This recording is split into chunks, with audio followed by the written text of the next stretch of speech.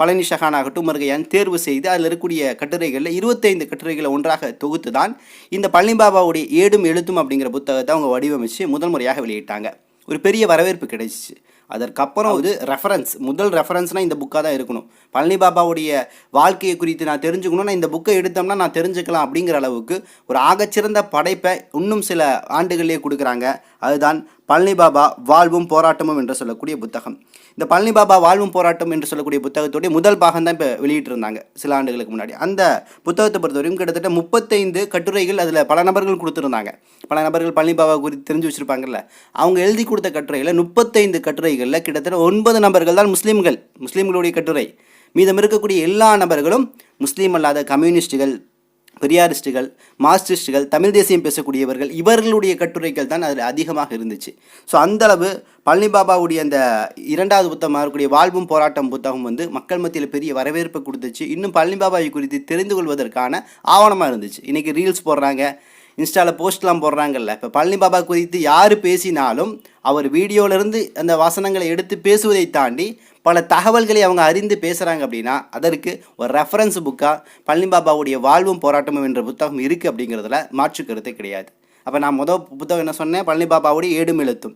2வது பழனி பாபாவுடைய வாழ்க்கையும் வாழ்வும் போராட்டமும் முதல் பாகம். 2ஆம் பாகம் அடுத்த கட்டுரைகளுக்காக தயார் நிலையில் இருக்குது. 3வது தங்கைக்கு எழுதிய கடிதம். இந்த கடிதத்தை பொறுத்த வரைக்கும் பழனி பாபா ட்ராவல் பண்ணக்கூடிய சமயத்தில் எல்லா நபர்களையும் நேரடியாக போய் சந்திப்பார். சில இடங்களுக்கு குறுஞ்செய்திகளை கொடுத்து விடுவார், பேப்பரில் குறுஞ்செய்திகளை கொடுத்து விடுவார். ஆனால் அவர் தேசிய பாதுகாப்பு சட்டத்தின் கீழே கைது செய்யப்படக்கூடிய சூழலில் தான் சிறையில் இருந்த அந்த காலத்தில் அவரை தான் மீளாய்வு செய்கிறார், தனது காலங்களை பின்னோக்கி கொண்டு செல்கிறார். அப்படி செல்லக்கூடிய சமயத்தில் தான் தன் தங்கைக்கு, தன் வளர்ப்பு மகளுக்கு, இன்னும் தன் கூட படித்த தோழர்களுக்குன்னு சொல்லிட்டு பல கடிதங்களை எல்லாம் எழுதுகிறார். ஸோ இந்த கடிதங்கள் எல்லாத்தையும் ஒரு நினைவு அலைகளாக திரட்டி தான் இன்றைக்கி பழனி ஷஹானும் உமர்கையானும் தொகுத்து இன்றைக்கி கொடுத்துருக்காங்க. அப்போ ஆகச்சிறந்த பணி தானே. நான் முன்னாடி சொன்ன வார்த்தையை மறுபடியும் சொல்கிறேன், பழனி பாபா இதை செய்ய வேண்டும் என்று வசியத்தை கிட்டத்தட்ட செஞ்சுட்டு போயிட்டார். இதெல்லாம் செஞ்சுருங்க அப்படின்னு. அதை இன்றைக்கி யார் உயிரோட்டமாக செஞ்சுட்டு இருக்காருன்னா அன்புக்குரிய பாசத்துக்குரிய பழனி ஷஹான் ஆகட்டும் உமர்கையான் ஆகட்டும். அப்போ 3 புத்தகங்கள் முடிஞ்சு அல்ஹம்துலில்லாஹ். இதற்கு அடுத்து தான் ஆகச்சிறந்த படைப்பை உருவாக்கி கொண்டிருந்தார்கள் சில காலங்களாக.